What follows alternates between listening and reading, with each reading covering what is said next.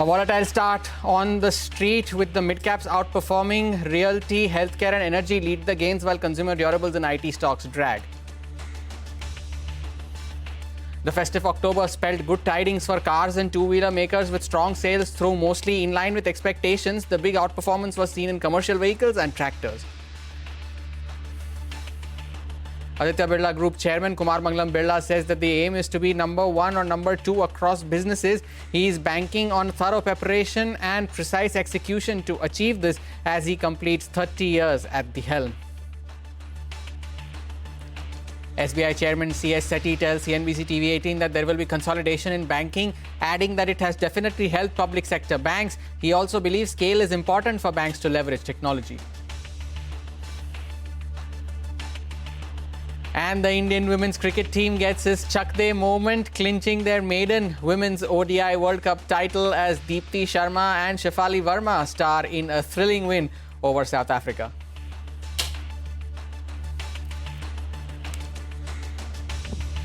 Good afternoon, you're with us here on Business Lunch. We are coming to you live from the CNBC TV18 Motilal Oswal studios. I am Hormus Fatakia, and while we all bask in the glory of what our Indian women's cricket team has achieved, the markets are in a very, very narrow range and earnings are reaching a crescendo for this quarter. Almost 200 companies reporting results this week. The Nifty has been in a very, very narrow band. It's only been 130 points in today's session. The dips are getting bought into, but again, there is some resistance around that 25,750, 25,800 mark, and that is proving to be a hurdle for the index. Earnings reactions is something that we would want to take a look at. A couple of companies that came out with results just a few minutes ago. Tata Consumer, numbers flashing at the bottom of your screen. The food business revenue well above expectations of 19% growth compared to the CNBC TV18 poll of 12 to 14. International business growth also at the higher end of the 6 to 8% range, coming in at 9% in constant currency terms. The stock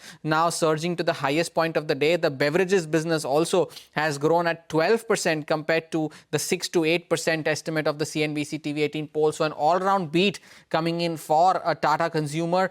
The stock had moved almost 1.5% higher in response. In contrast to that, pull up Dodla Dairy. The numbers came in a couple of hours ago. The stock at one point was down almost 6%. It's seen a slight recovery from the lows of the day. It was 3% lower still. Thangamayil Jewelry came out with results just a few minutes back, and that stock too reacting to its numbers, and the stock has now moved 8% higher in just the last few minutes. So earnings reactions coming in thick and fast. We are still awaiting numbers from big names like Titan and from Bharti Airtel over the course of the day. But the other major announcements that came in over the weekend were the auto sales, and October saw the full impact of the recent GST cuts and even the festive season. Now, how were the reported wholesales of the auto OEMs and the PV sales? Sudarshan is here with a lowdown of all of that. Sudarshan. So it's a full month when all the auto companies have reported sales for the month of October, and full impact of GST rate cut and the festive season. And most of the companies have reported sales, and those sales have looked largely in line or slightly better to estimates. And surprisingly, the biggest outperformer is the CV, and those companies which have outperformed are Tata Motors and Ashok Leyland. So we'll start with Mahindra and Mahindra. So both the segments have seen healthy growth. Auto segment was led by SUV, which has seen a growth of 27%. Tractor has seen healthy growth led by recent GST rate cut and rural pickup. Here also sales have increased by 13% versus our expectation of almost flat year on year. Coming to Maruti Suzuki, it has reported highest ever monthly sales. Total sales have increased by 7% and led by compact and SUV segment. For Hyundai India, it has underperformed the peers because domestic sales have seen a drop. Even exports too have performed lower than previous few months. Tata Motors, it has done very good, and it was led by CV segment. Here, passenger vehicle segment also saw a growth of 27%, and CV segment after several months has seen a healthy growth of 10%. And companies say that in festive season, it has delivered more than 1 lakh units. Ashok Leyland, it was big bit to our expectations. Total sales have increased by 16% versus our expectation of just 11%. And the biggest positive in this was bus segment has reversed its recent underperformance, and and there also the growth was almost 34%. In two-wheeler space, all three companies which have reported sales so far, TVS Motor, Eicher Motors and Bajaj Auto, all these companies have reported sales largely in line with estimates. Biggest positive was from Eicher Motors Royal Enfield, which has said that in festive season it has seen a growth of 26% versus average monthly growth that company sees in the range of 10 to 15%. So overall, it's a good month for these auto companies. A good one indeed, Sudarshan. Thank you for that. Earlier, we did speak to Umesh Revankar, who is the Executive Vice Chairman at Shriram Finance, for an insight on the auto demand and its impact on the lender. Listen in. Values of the vehicles have remained very strong. It has not changed at all. That there is no nowhere you will see idling of a vehicle, income getting reduced, or vehicle value coming down. So these three things are very important for viability in a CV business. And since we are in touch with customer, we have direct access to customer, we did not see any stress as of now. Even the sales numbers, if you look at the first half in the sales numbers have gone up. The CV demand has gone up, even though most of the demand would have come in the fag end of September. But even in October, the year-on-year sales numbers have gone up. That means there is a significant demand for a commercial vehicle. The activities in the ground is quite good. Typically, the festive period or festive time is the indicator of the mood of the customers. And this time around, the October has been all-time high sales number for all the segments, whether it's a passenger vehicle, commercial vehicle, two-wheeler, and three-wheeler, tractor. Every segment has shown big growth. Only one sector that has not shown a big growth or maybe even a growth is the construction equipment, where there has been some slowdown in the infrastructure spending. Now, one segment that has been doing well all through last week and is continuing those gains today are the PSU banks. And on every single day, one or the other PSU bank has been putting their hand up and leading those gains. Today, that stock is Bank of Baroda. A strong second quarter results, a couple of upgrades coming in as well, 5% higher on the stock. Gaurav is here with more details on that. Gaurav. Well, yes, when we look at Bank of Baroda, two key factors which actually held the stock well. And the first is that net interest margins, they expanded despite other players actually reporting decline in net interest margins. And second is the credit cost. Now, we saw a sharp improvement in credit cost in this quarter. When we look at the numbers, net interest income that increased almost by 2.5% on a year-on-year basis. Now, there was a component of IT returns of around 750 crores in this quarter. And as a result, we saw some improvement in net interest margins as well in the range of 5 basis points. When it comes to PPOP, which is pre-provisional operating profit, although we saw a decline of around 20%, this was because other income was a little bit of weak because the treasury incomes were not there in this quarter as strong as the last quarter. Apart from that, when we look at provisions, there also we saw an improvement, and this is what we saw in the credit cost as well. We saw an improvement of 26 basis points in credit cost, and as a result, when it comes to profit, now that declined just by 8% on a year-on-year basis. Remember, the profit number actually came in higher than the street's expectation. Another key thing to highlight is that when we look at the loan book growth, it has remained in the range of 11.5%. In fact, management is saying that 11 to 13% growth is what they are targeting. And at the same time, for net interest margins also, they believe that they will marginally remain stable or increase from here on with a guidance of 2.85 to 3%. When it comes to credit costs also, we are seeing some good guidance of around 0.7% credit cost guidance for FY26. And at the same time, outlook remains strong. Brokerages, now they have also upgraded the stock. We have got the brokerages like HSBC, Nomura, Investec, all of them have went ahead and upgraded the stock and also increased the target price. So definitely good push coming up from brokerages as well. Numbers were good, commentary was good, and as a result, we are seeing some uptick in this stock. Indeed, doing well for itself. Bank of Baroda, 5% higher on the stock. Earlier, Lata Venkatesh spoke to the Managing Director and CEO of Bank of Baroda, Devdatta Chand, for more on the bank's performance. Yes, there is an impact of this income tax refund, and the gap is hardly 350 crore quarter to quarter. Every quarter we do get something, but if you adjust that also, the impact would be something around 7-8 BPS on the NIM that we have declared global. On the positive, which again I say, apart from the margin that we talked about, the NI is positive. The cost of deposit is all-time low at 4.91. Last time also I said that we're going to pierce the 5% mark. And I would say that the prudent liability management and the asset management is leading to improvement in the quality in terms of asset, also at the same time protecting the margin also. So some of the asset liability, possibly the impact would not have been felt for the full quarter, which is going to be the full quarter next quarter. That's why I said while announcing the bank's result, the next quarter the margin is going to be range bound. And as far as Q4 is concerned, definitely it will be upward bias. The impact, ECL impact on the CRAR is going to be 1.25. At the same time, the lower the RWA because of the credit risk, which is again also being announced, that is going to give a positive almost 60 to 70 BPS. So net to net, it would be something around 0.75 on the CRAR, which would be again spread over 5 years' time. At the same time, the recurring would be the credit cost can be 20-25 BPS. That's why, in spite of all this asset quality that we have announced this quarter, we kept the slippage ratio guidance and the credit cost at the same. The slippage ratio guidance is 1 to 1.25. Credit cost would be less than 0.75. Take a short break. More news and updates follow on the other side. Stay tuned.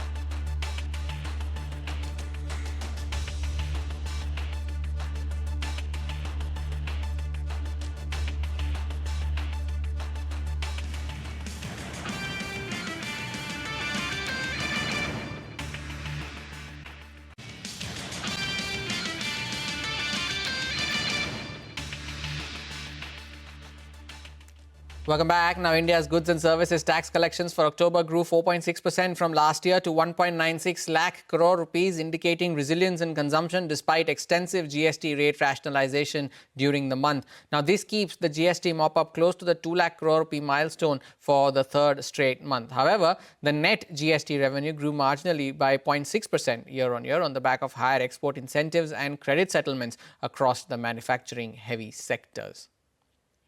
At least 20 people were killed and over 300 were injured after an earthquake of 6.3 magnitude struck near one of Afghanistan's largest cities, Mazar-e-Sharif, earlier this morning. The earthquake has also destroyed parts of the country's renowned Blue Mosque. The earthquake comes months after an earthquake of a magnitude 6 left at least 2,200 people dead and even more injured. Rescue operations are being carried out by the military, rescue and emergency assistance teams. However, the authorities expect the death toll to rise as the rescue efforts progress. And at least 20 people were killed and several were injured after a passenger bus collided with a truck carrying loads of gravel on the Hyderabad-Bijapur highway earlier this morning. The gravel loaded on the truck fell onto the bus after the collision, burying several passengers. The injured were shifted to the government hospital.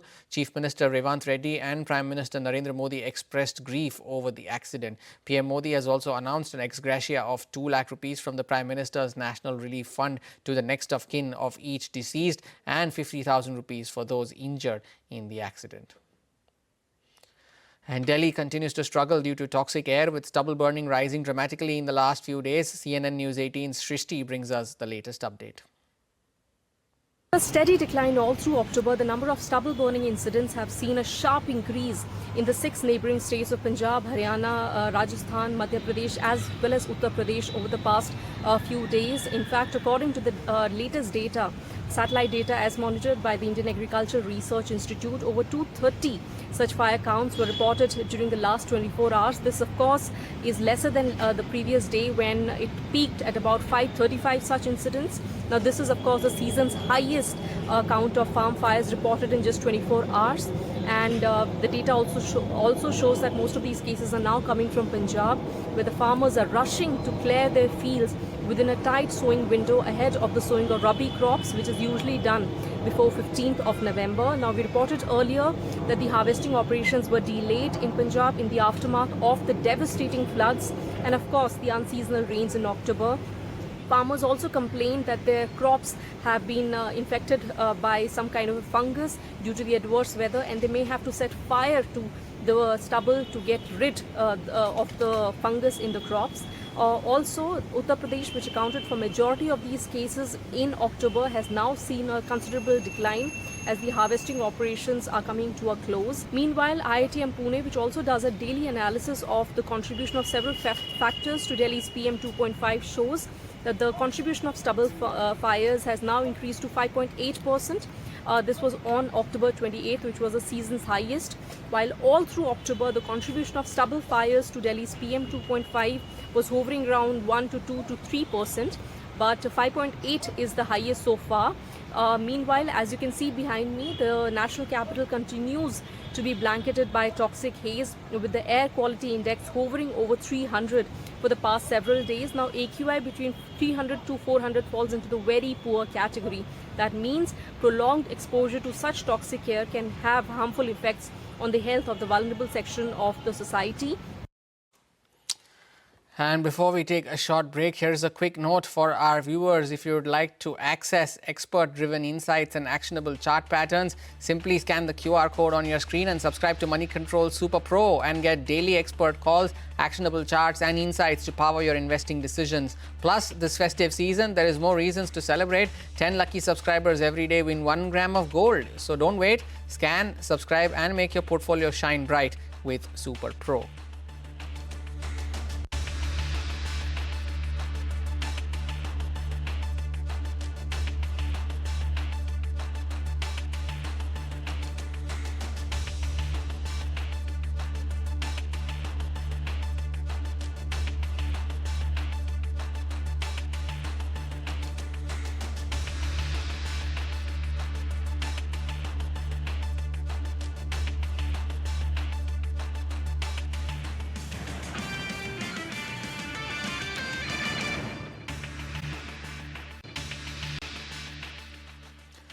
Welcome back. Now, we told you last Friday that an entire nation will be feverishly praying for the Indian women's cricket team to give us the honour of addressing them as world champions. And you bet, they did not disappoint.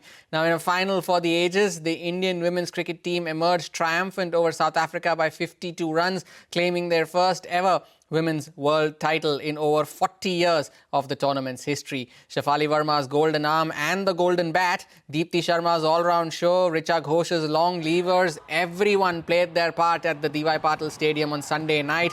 And of course, the crowd, which cheered every run scored and every wicket taken with equal gusto. And these visuals on your screen may just give all of us cricket fans hope that the ghosts and the scars of the 19th of November 2023 will slowly but surely be put to rest. The victory also sparked celebrations across the country, with people bursting firecrackers and taking to the streets holding the tricolour.